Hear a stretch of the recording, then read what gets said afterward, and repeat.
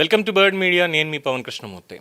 Janasena party నుంచి రాజ్యసభకి ఎంపికైనటువంటి MP Lingamaneni Ramesh గారు ఇటీవల కాలంలో కాస్త స్ట్రాంగ్ స్టేట్మెంట్స్ ఇస్తూ వస్తున్నారు.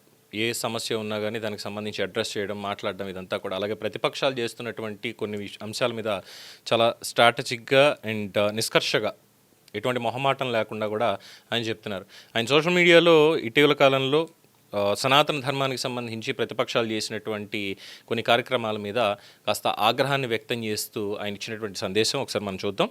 పరమత సహనంతో మెలిగే సనాతన ధర్మాన్ని హేళన చేయడం అనేది కాంగ్రెస్ పార్టీతో పాటు ఇతర ప్రతిపక్షాలకి పరిపాటిగా మారడం దురదృష్టకరం. ప్రజాస్వామ్యానికి దేవాలయం లాంటి పవిత్రమైన పార్లమెంటు ప్రాంగణంలో ప్రతిపక్ష ఎంపీలు శుక్రవారం రోజున సాధువుల వేషధారణతో చేసిన హేళన అత్యంత ఆక్షేపణీయం.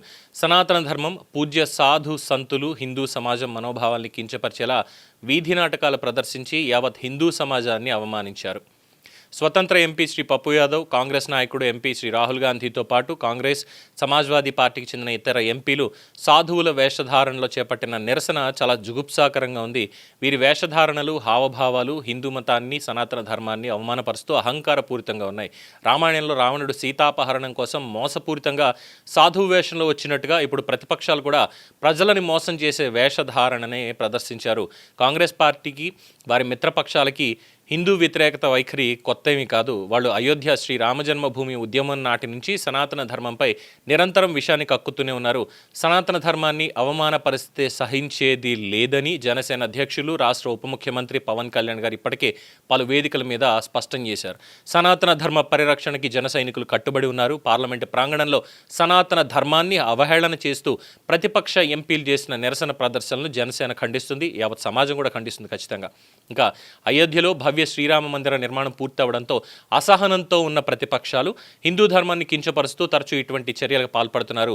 సహనానికి మారు పేరైన సనాతన ధర్మం సహనాన్ని వీరు పరీక్షిస్తున్నారు. అత్యున్నత పవిత్రమైన పార్లమెంట్లో ప్రజల సమస్యల మీద చర్చించాల్సిన వేదికని రాజకీయ నాటకాలకి, మతపరమైన అవహేళనలకి ఉపయోగించడం ప్రజాస్వామ్య స్ఫూర్తికి విరుద్ధం. దశాబ్దాల పోరాటం, నిరీక్షణ అనంతరం భారత అత్యున్నత న్యాయస్థానం సుప్రీంకోర్టు తీర్పుతో అనంతరం రాజ్యాంగబద్ధంగా అయోధ్యలో రామాలయ నిర్మాణం చేపడితే ప్రతిపక్షాలు భరించలేకుండా బాధ్యత రాహిత్యంగా వ్యవహరిస్తున్నాయి. రామాలయం విరాళాల్లో ఇప్పటికే ఈ అవకతవకలకు సంబంధించి ఉత్తరప్రదేశ్ ప్రభుత్వం సిట్ని ఏర్పాటు చేసి వేగవంతమైనటువంటి చర్యలను కూడా చేపట్టింది. ఏ అంశం మీద అయినా సరే ప్రజాస్వామ్యబద్ధంగా చర్చించేందుకు ఎన్డీఏ ప్రభుత్వం ఎప్పుడు కట్టుబడి ఉంటుంది. అయితే సనాతన ధర్మంపై కక్ష పెంచుకున్న ప్రతిపక్షాలు హిందూ ధర్మాన్ని అవమానపరుస్తూ దిగజారుడు ప్రదర్శనలు చేపట్టడం అనేది దురదృష్టకరం. పార్లమెంటు ప్రాంగణంలో మతపరమైన ప్రదర్శనలు చేసిన ఎంపీలపై లోక్సభ స్పీకర్, రాజ్యసభ చైర్మన్ కఠిన క్రమశిక్షణ చర్యలు తీసుకోవాలని కోరుతున్నానంటూ లింగమనేని రమేష్ గారు అపీల్ చేయడం జరిగింది. అండ్ శుక్రవారంలో జరిగిందే కాదు, తర్వాత అఖిలేష్ యాదవ్ ఏం చేశారనేది ఈ ఫోటోలో చూడండి. హనుమ వేషధారిలో ఉన్న వ్యక్తి ముందు డబ్బులు పెట్టి అక్కడ వాళ్ళు ఈ రకంగా ఒక ప్రెస్ మీట్ పెట్టి చేయడం అనేది, మరి వీళ్ళకి ఇంత దిగజారుడు తనం దేనికి?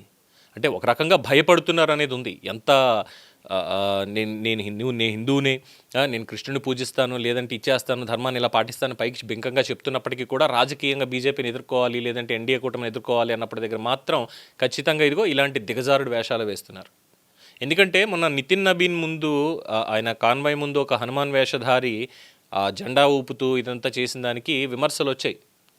ఖచ్చితంగా విమర్శలు వచ్చాయి. ఎంతోమంది దాన్ని తప్పు అన్నారు, ఖండించారు. ఇలా కాదని, ఇది చేయకూడదు ఇలాగని చెప్పారు. దానికి కూడా వాళ్ళు సరిదిద్దుకోవడం జరిగింది. ఇంకోసారి అలాంటివి ఫర్దర్గా ఉండవు అని చెప్పని.